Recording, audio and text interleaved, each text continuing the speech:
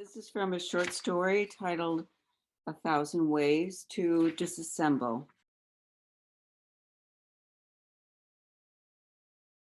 And just as a little background, it's about a young woman who has lost her high school prom date in a car accident and is befriended by a man named Jack, who comes into a very, like a greasy spoon called the hostess house.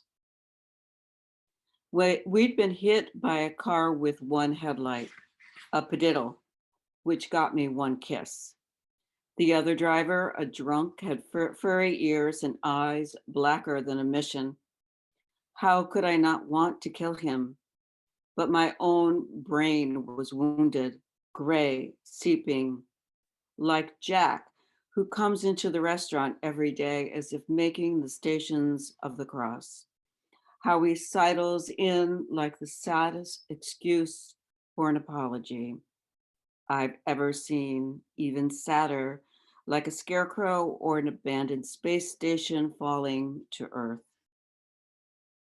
When probing a monster's brain, you're probably probing your own.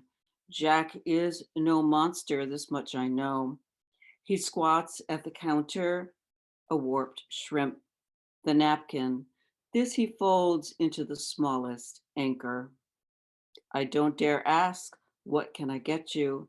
Don't dare cock my hip as if a baby might land there. It might.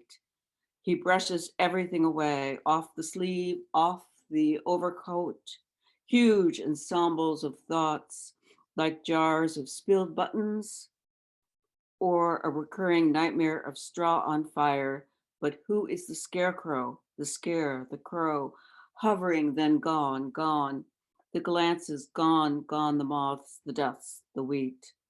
Some of it explodes, is a vein in the brain, but not Jack.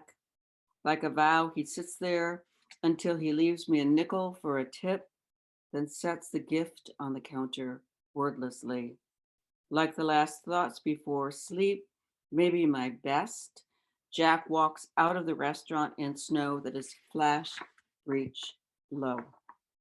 When he walks off, abject, he grows smaller, like a grotesque, wanton somehow, a spindle, a reluctant wolf. This leaves me with the gift.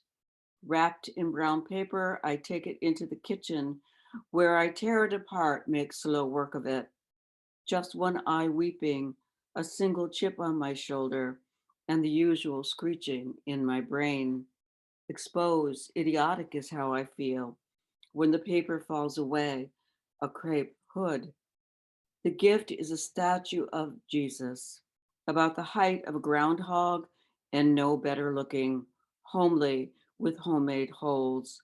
Picking up the statue as though it's a trophy, I know I'm a part of Jack, not this world, but in the world of dying on rocky spurs of land, in a blueness that refuses to lift the center out of the word pain.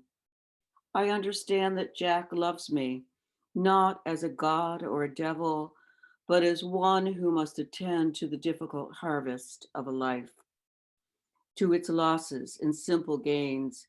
He believes if I listen to the howling in my own heart, I'll hear him singing about what he carries down the road. A crucifix made of phantom limbs, the hum ringing in our bullet-borne language, ringing like static, a late night ringing, and the carpets hiss and steam as I vacuum, my body ringing, humming about my prom date, his gravestone.